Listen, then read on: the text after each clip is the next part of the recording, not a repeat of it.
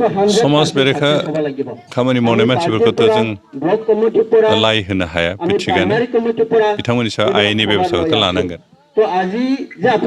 जायफोरखौ हायो बुजायनानै मोजां लामायाव लाबोनो नाजानांगोन आरो जायफोरखौ बुजायसोबा हाया बिथांमोनखौ आयेन मथे बेब'स्था खालामनो गोनां जागोन थेवबो जिउ जोबथालायनाय बिदि साजा होनाया बारा थिग जाया अबयस्से बेवहाय जुदि जायफोरनि सायाव एक्सन लानाय जादों बिथांमोना आर्मस हाथियार दैदोंमोन होननानै मोनसे खोथा ओंखारदों बेसेबां सैथो बेखौ मिथिला दा हाथियार दैयोबाथ' हाथियारनि काउन्टारा जाखागोन बेखौ जोंहा बुंनांगौ जेबो गैया बेनिखायनो जेसेबां हायो आयेननि बेंखननि गेजेराव बिथांमोनखौ बेब'स्था लायोबा जों बेखौ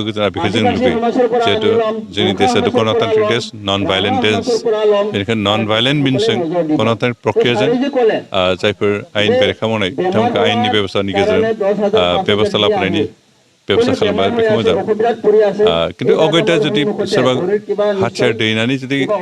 एन्टि ससियेल खामानि मावदों बिथांमोननि सायाव आयेन हाथियारनि काउन्टाराथ' जाखागोन खारन बे सिगाङावबो जाबोदों हयथ' इन फिउचार बे जालांगोन जुदि जोंनि समाज बेरेखा सुबुंफ्रा जुदि हाथियार दैयो बिनि काउन्टारखौ गभर्नमेन्टनिफ्राय प्रशासन साइडनिफ्राय हाथियारजों होगोन